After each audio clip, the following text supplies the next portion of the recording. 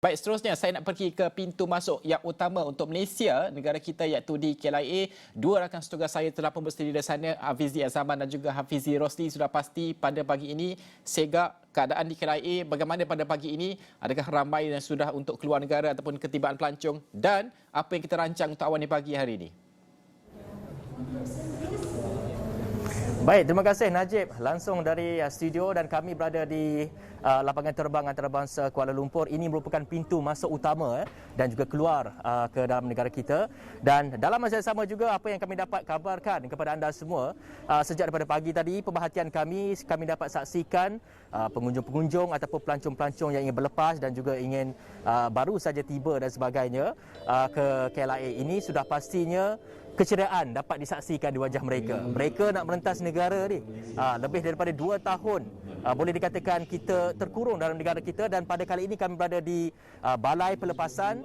Semua saya tengok nampaknya gembira saja, Hafizi, ya. Ya, betul. Mananya tak gembira. Hari ini adalah hari yang akan tercatat dalam lipatan sejarah negara selepas 2 tahun kita terkurung dalam negara sendiri. Malah pelancong, pengembara di luar negara pun tak dapat nak masuk negara disebabkan oleh pandemik COVID-19.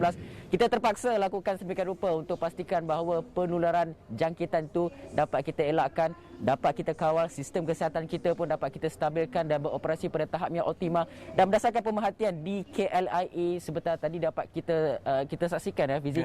Kita pergi ke gerai-gerai, kita dapat lihat kedai-kedai serba aneka, kedai-kedai makanan, restoran di sini semuanya beroperasi pada kapasiti penuh sebab nak menunggu kedatangan pelancong, pengembara daripada luar negara yang dijangkakan akan lebih ramai. Kerana apa? Kerana untuk tahun ini MOTAC telah pun menyatakan mereka anggarkan ada lebih kurang dalam 2 juta pelancong akan tiba di Malaysia untuk tahun ini, dan itulah yang kita harapkan. Dan kalau kita tengok aspek keselamatan tu penting, Fizi, sebab kita nak tengok bagaimana ia dapat dipraktikkan untuk meyakinkan pelancong datang ke dalam negara kita. Tadi saya ada dengar announcement melalui pembesar suara, pengumuman dibuat mengenai patuhi penjarakan fizikal, pemakaian pelitup muka, dan pengumuman ini dibuat secara berkala. Malah amaran kepada pelancong berkaitan dengan ulat tiket pun turut sama dinyatakan dalam pembesar suara itu. Jadi ini antara aspek keselamatan yang boleh kita saksikan, Fizi. Daripada 181 SOP, hari ini hanya tinggal 1 SOP dengan 9 garis panduan yang kita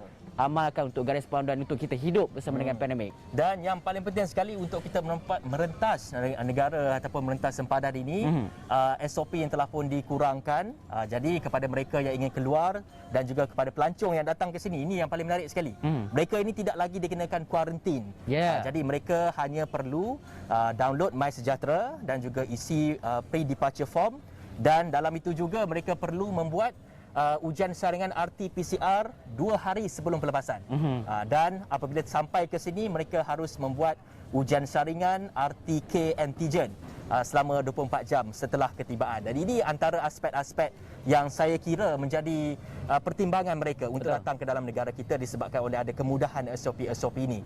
Di belakang ini adalah melihat kepada papan ataupun melihat kepada jadual-jadual penerbangan yang akan berlepas, dan kebanyakan pada pagi ini saya nampak kebanyakan flight ataupun penerbangan akan menuju ke Australia dan juga ke Singapura. Begitu juga di negara-negara di rantau ASEAN ini. Itu antara jadual-jadual penerbangan yang kami dapat laporkan kepada anda, Hafizi. Ya, kalau nak tunggu jadual penerbangan, hari ini kalau tak salah saya, MHB akan umumkan berapa banyak jumlah penerbangan yang akan Malaysia terima. Akan konkludkan dalam laporan-laporan kami di buletin-buletin Awani seterusnya dan juga astroawani.com. Tapi hari ini Awani bersiaran penuh sempena dengan pembukaan semula sempadan 1 April. Kita ada apa, Hafizi? Pagi ini kita ada program Jambatan Endemik. Betul. Dan untuk 8.30 dan pukul 10 juga dalam buletin Awani kita akan bersiaran di sini juga. Dan pasti yang kita nak bawakan kupasan lebih lanjut bersama dengan Akila sekali lagi dan juga bersama dengan rakan-rakan setugas kita yang lain, bagaimana sebenarnya kita nak sambut orang ramai ataupun pelancong-pelancong dari luar negara untuk datang ke kita. Saya dengar semalam bila pembukaan sempadan pukul 12 malam tu, saya dapat lihat video-video di viral, ada yang nyanyi balik kampung semua tu lah. Saya pun rasa teruja. Tambah nak Ramadan, nak raya nanti kan. Okey, baik, itu saja mungkin dapat kami bawakan daripada lintas langsung daripada KLIA. Saya Hafizi Azaman bersama dengan rakan tugas Hafiz Rosli. Kembali kepada Najib. Sebelum itu, Hafizi dan juga Hafizi sendiri, apa perancangan? Negara mana pertama yang ingin dikunjungi untuk Hafizi dan juga Hafizi sendiri?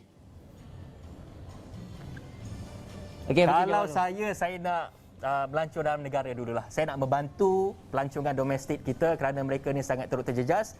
Dan paling penting sekali, saya nak menghayati keindahan alam semua jadi dalam negara kita terlebih dahulu. Ya, saya ikut Hafizi lah. Senang. Kita sama kan? Sama-sama. Okey, baik. Itu je Najib.